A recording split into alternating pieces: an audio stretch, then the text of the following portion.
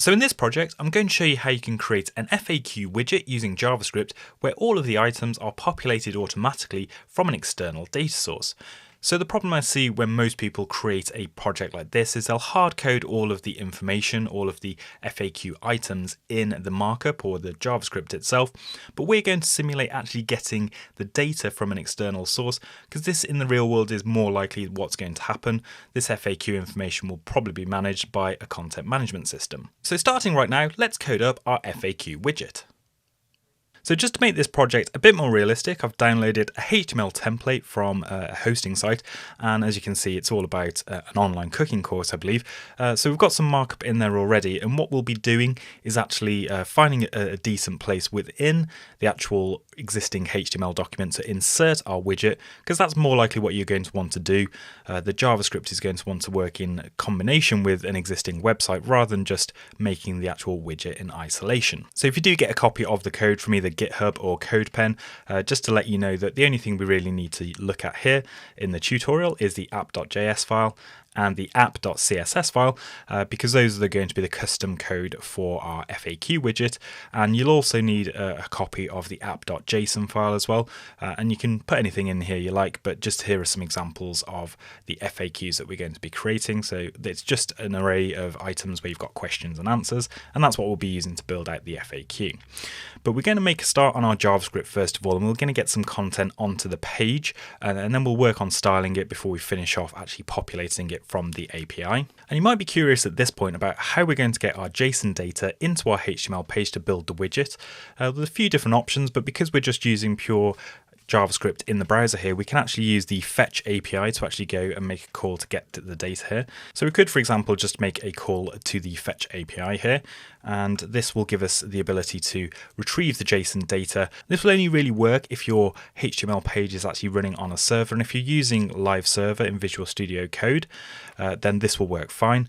But if you're just opening up the index page directly, you might run into some problems. So just if you do run into that problem, just drop me a comment below and I'll tell you what you need to do.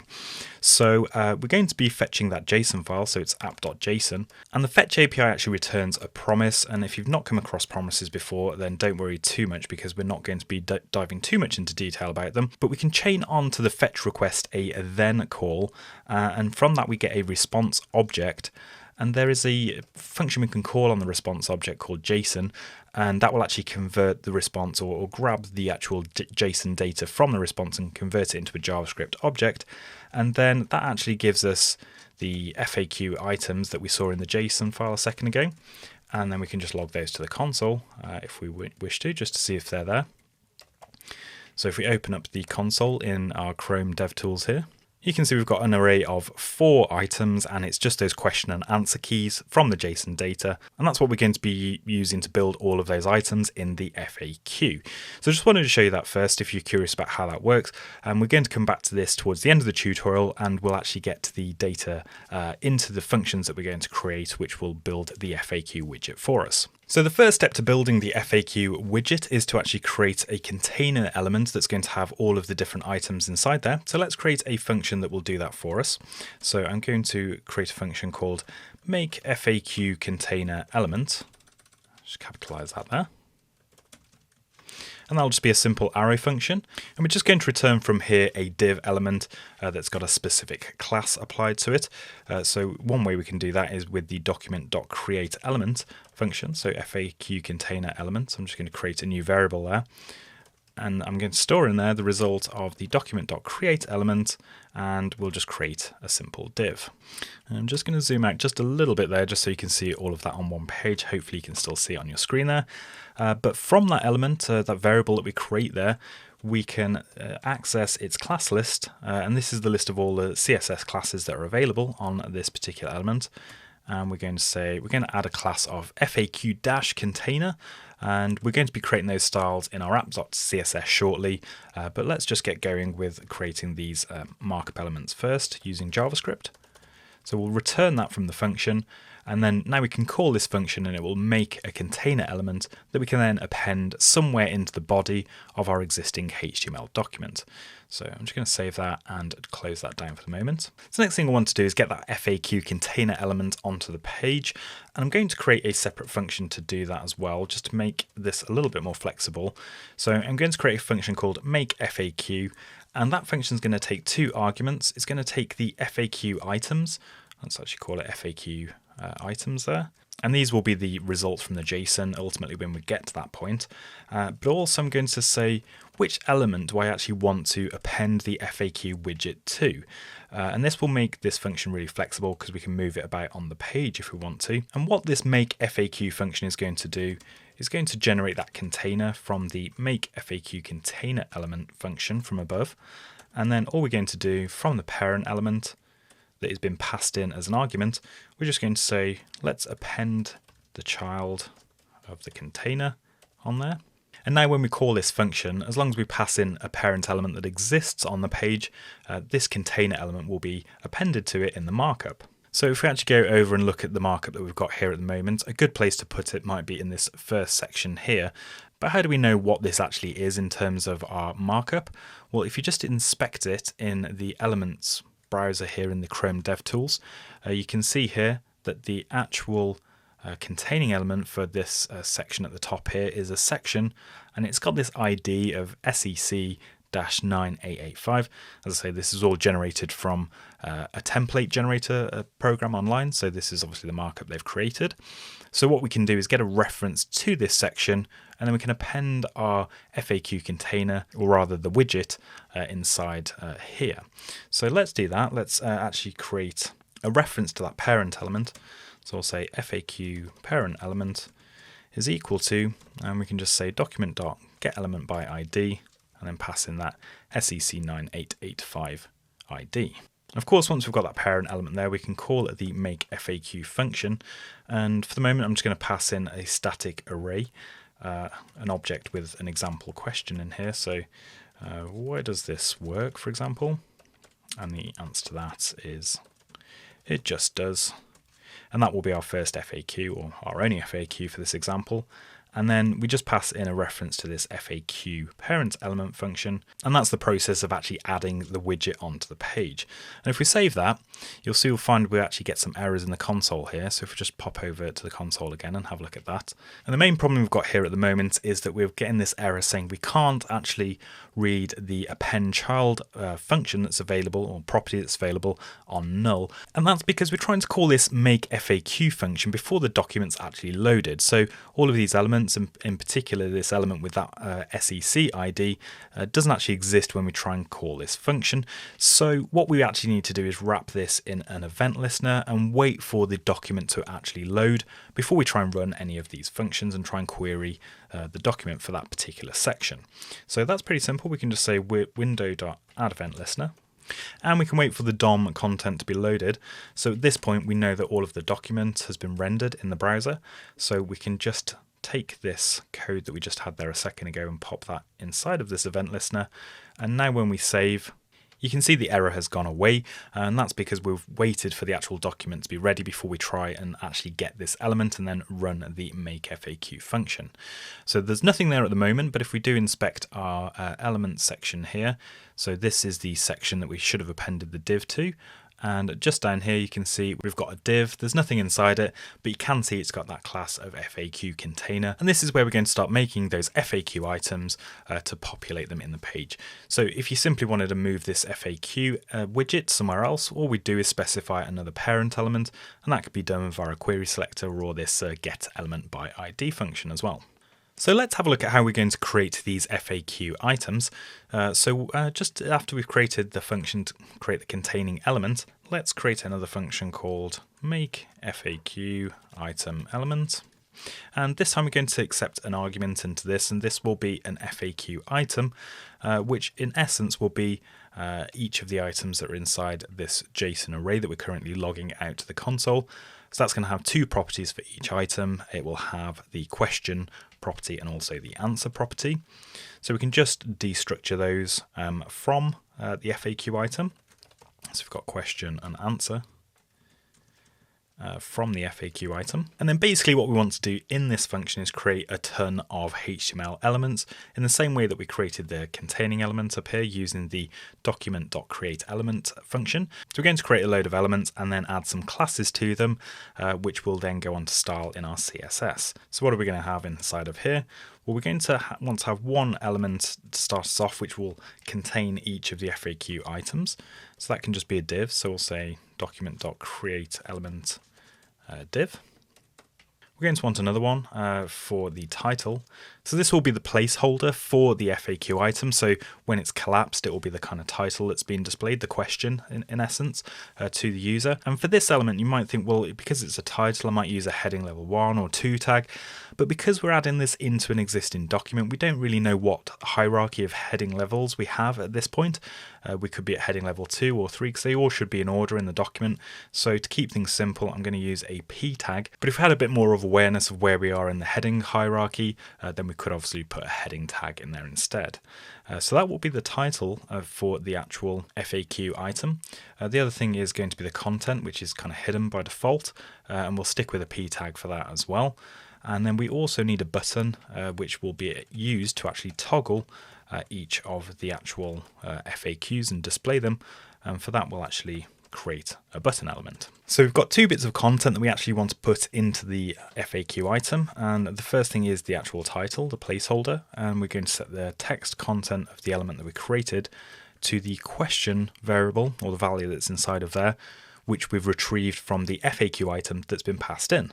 And the other thing is we need to set the content as well. And you may or may not have noticed in the JSON file that we've got here that there is actually some HTML content inside of the answers that we give for the FAQs. And for example, you can see here there's an unordered list, a bullet point list that has got some different items in there. And so inside of our JavaScript, when we're actually populating the content element, instead of using text content, that would actually display all of the HTML in plain text. It wouldn't actually render it as tags. We're going to use the inner HTML property, and we're going to set the answer that's been destructured from the FAQ item into there. So any of the HTML will actually get rendered as well, such as that bullet point list. Now there is a bit of a security concern using inner HTML, and I did a video on this a while back, so if you want to check out why it's bad to use inner HTML and how you should handle it within your code, then I'll leave a link for that in the description below. So do check that out at the end of the video if you're worried or concerned about security within your app, but trust me, for our purposes this is absolutely fine. So the other thing we're going to do is add classes to each of these elements as well, because we want to style them in our CSS. So we're going to say the FAQ item element dot class list dot add, and we're going to say FAQ item, and then for the title element we're going to say we're going to use FAQ item again as the class base, but this time we're going to say it's got __ title, and then for content we want to do the same thing again, but we're going to have a slightly different class for that. And then the final thing is the button element. So that was FAQ toggle button element, and we'll just give that a class of FAQ item __ toggle. So those are all of the elements for an FAQ item, and we just need to bring them all together to compose them into one coherent HTML element that we can then add back on or inside of the container. So let's say FAQ title element. We're going to append the button inside of there, so the FAQ toggle button element. So that will be inside of our P tag, which contains the title. Will be a little button that we can toggle the FAQ item open and closed. And also for the FAQ item elements, this is the base element for the FAQ. We want to append the child of FAQ title element. And also for the FAQ item, we want to make sure that we've got the content in there as well. So we're not going to see anything inside our container at the moment, but if we go inside our make FAQ function, which is the main thing that's going to make our widget, we're creating the container in here and we're passing in a list of FAQ items. So let's loop through all of those items and create an FAQ item element and append it to the actual container for each one that we've got in there. So for FAQ items, for each item that we get inside of there, what we're going to do is going to create an intermediary variable here for FAQ item lm, and we're going to make a call to that make FAQ item element function, and just pass in the item. So this will loop through the array of items that we've got that are being passed into this function and create that FAQ item HTML markup. It'll create the elements for it, and then we can actually append it to the container which we've created above. So append child the FAQ item element, and I've made a good spelling mistake there, so let's just remove that. Oops, and it looks like I've probably forgotten to return the FAQ item element from this function, so let's just do that here. So return FAQ item element. And you should be able to see in our preview now that we've got that content from the FAQ item that we're passing in, including the button, and it doesn't look great, but the actual markup is there. And if we look at the structure of it inside of our dev tools here, you can see we've got an FAQ item div, and they've got the two p tags that have obviously got the content inside there. So we can see this make FAQ item function is working okay, and it's just adding on this one item that we're passing in to the make FAQ function here. So the next step is to style it, because it doesn't look great at the moment, and this will be where all the presentation elements come in. So we're not going to do any more in the JavaScript for the moment. So let's head on over to our CSS file and add all of the styles for the FAQ items. Okay, so here we are over in our CSS. Let's create, first of all, a class for FAQ container. So this is the overall container for this particular widget, and we can set a specific width to get this to line up nicely in the middle of our page, and this is going to be really specific to the kind of page that you're adding it into. For the example template that we're using for the project, the width of the column at this breakpoint is 340 pixels, so I'm just going to pop that in there for our FAQ container, and just to make sure it lines up, I'm just going to put a margin on left of right of auto, and just to push it away from the boundaries of the other elements inside of this section container, I'll just put a margin of 50 pixels on the top and bottom. And you can see that's lining up a bit more nicely now in terms of the existing page that we're working with. So the next thing is to target everything inside of that FAQ container, and I'm going to set the box sizing property of that to be border box. So we'll be adding some padding in a second. The reason I'm targeting the FAQ container class first before I apply this to all elements is because I don't want to affect everything else that's outside of the widget. This would obviously go into the global CSS space. So we're trying to keep ourselves detached from the actual template that this widget is being added into. So it could be reused in other places rather than just this one template. Another global thing here is just to target all of the p tags that we've got inside of the FAQ container. And I'm going to set the margin for those to be 0. We'll add some padding to them in a moment. And then we can start working on the FAQ item. So we'll then say the margin for that on top and bottom is 0. We're going to add a border radius, just give it a curved edge of 5 pixels. I'm going to add a box shadow of 0, 0, 12 pixels and 2 pixels. So this just gives us a nice spread of a box shadow around the item, which will just help to separate each of the items on the page. I'm going to put some padding inside there, so 5 pixels top and bottom, 15 on the left and right. And because this could be used in other places as well, I'm just going to set the background color to be white. It is white already based on the template that we're on, but if the background was a different color, this would just ensure consistency for our FAQ widget. So let's now target the FAQ item title class that we created. And we're going to give that a bold font weight. So I'll give it a font weight of 900. I'm going to give it a padding of 5 pixels. I'm going to set the display to be flex, because we're going to have the button element inside there as well. And to push that button to the other side of the title element, we're going to use justify space between. And then we can target the FAQ item content, which is the answer to the question that's being asked, and give that some padding as well. So we're going to set the display of that to be none initially, and also just if there's anything overflowing, we'll just make sure that that is hidden too. You should be able to see on the page now that the The answer to this question is now hidden. So when we click the button, we're going to be toggling this content to be displayed or hidden by actually applying a class to the base of the FAQ item div container, and then we'll display or hide the actual content based on whether that class is present. So that would look a little bit like this.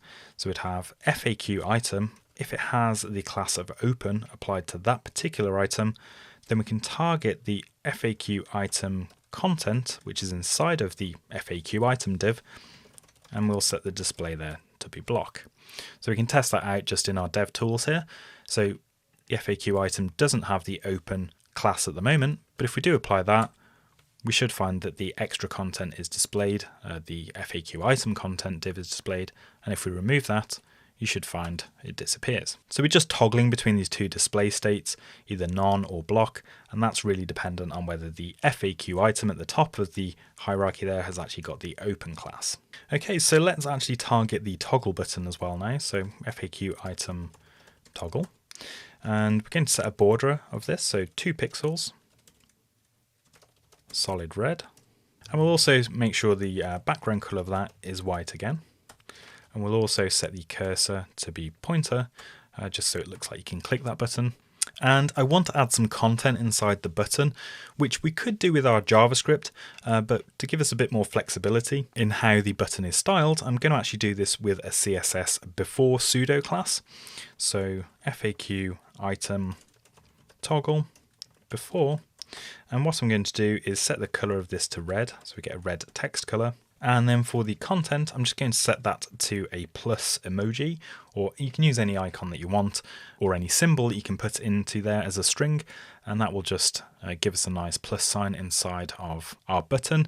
And of course you can style this any way that you like. And although we're providing specific colors in here that match the template of where the widget is being applied, you could theoretically provide your own colors via your JavaScript code to actually customize this to any color to fit into any other template. So 2 things here that we just want to do before we start adding this interactivity to toggle the class. So first of all, for the FAQ item, if we target the hover class, I'm going to set the background color of that to be red. So now hovering over that should change that button to be red. And if we hover over that, we also want to change the color of this content as well. So for the FAQ item toggle hover before, we just want to set the color of that to be white. So now hovering over that, we can see that the background color and the text color of the icon change. And the final thing in our CSS here is just to target the FAQ item open one more time.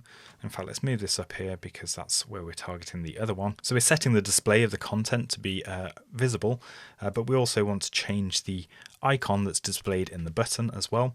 So for the FAQ item toggle before content, we'll just set the content property here equal to a minus or a kind of a close sign. And you should find now, if we try that toggle again, by adding the open class to FAQ item, you can see when it's open, we've got a close button with that minus sign. And if we remove it, remove the open class, you can see it goes back to the plus sign. So we've styled our FAQ items and we can actually populate them using our JavaScript code, but we actually want to populate them from the JSON that we're retrieving from our external sourcing. In this case, it's our app.json file. But just before we do that and look at how that works, we just need to actually hook up an event listener to toggle that class when the user clicks on this button here.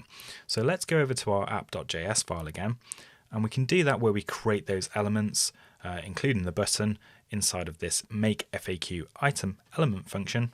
And just after here where we've added all of the classes in, I'm going to access the FAQ toggle button element, and I'm going to say I want to add an event listener, and it's a click event. And what happens inside of that is we don't want to do anything with the button itself because it's all controlled by the CSS. What we do want to do is access the FAQ item LM, and that's this div that we've got here. And as you saw in the DevTools, if we just add that class to it or remove it, it changes the way the FAQ item looks. So from its class list, we can call a function called toggle, and we just want to toggle the open class. So if we save that now, we should have an event listener set up on this button. So if we click it, you can see the content is displayed. And if we close it, the class is removed, the open class is removed, and the answer that's inside of the FAQ item is also hidden as well. So there you go, there's our button working. Let's actually now take a look at how to get the data from the JSON file into our make FAQ function and then populate the FAQ items with the data that's coming from that external source. So this is where we're actually calling the make FAQ function, and obviously we're passing in this array with just the one item in at the moment. We still want to pass in the FAQ parent elements, so where we're actually going to mount our widget in the document, but all we need to do, where we had this code at the start of the tutorial, where we were actually getting the data from the app.json file, and just actually move that down into the function here. When the document's actually ready, we can then make that request to actually get the data from the JSON file. And then once we're inside of this then block here, this is another function, we can actually access the FAQ items that have actually been retrieved from the external source. So all we really need to do is move this make FAQ function into this scope. So once the data has been retrieved, and then in this FAQ items variable, we've actually got all of that data, and we can just pass it in to that make FAQ function, and that replaces the array that we had hard coded with that example before. And then when we hit save, what we should find is when the page reloads, you can see we've got our FAQ being generated, and that should match up exactly what we've got inside of our JSON file here. So we can actually go in and have a look at those as well. They're all working. And here you can see the HTML markup being put into the elements as well. So anything that we've got inside of our app.json in terms of HTML elements will also be rendered inside of the FAQ item. And just to show you, here's a few more, and they should all match up with the data that's inside of that app.json. You can see this one's got a strong tag inside it, and that has been rendered into that referral scheme FAQ. And so at this point, if you're using this in your web pages and templates, then if this was being controlled from a content management system, you could make any changes into the JSON itself. So if you wanted to remove one of the FAQs, for example, we could do that, and it would actually update the FAQ widget automatically. And if you wanted to change any of the content in there as well, so we could just change some of the text, for example, you can see without changing any of our code, it's updating the FAQ widget and just building all of those elements for us with any of the data that's being passed in from the app.json file. So if this is the first time that you've seen promises in JavaScript code and you don't understand them, then you might want to check out this next video where we're going to be creating a download progress bar, and it will give you more of an insight into how promises work, especially when it comes to things like network requests. So check that out if you want to get up to speed with promises within your JavaScript code. But that's it for this tutorial. Thanks very much for watching, and I'll see you next time.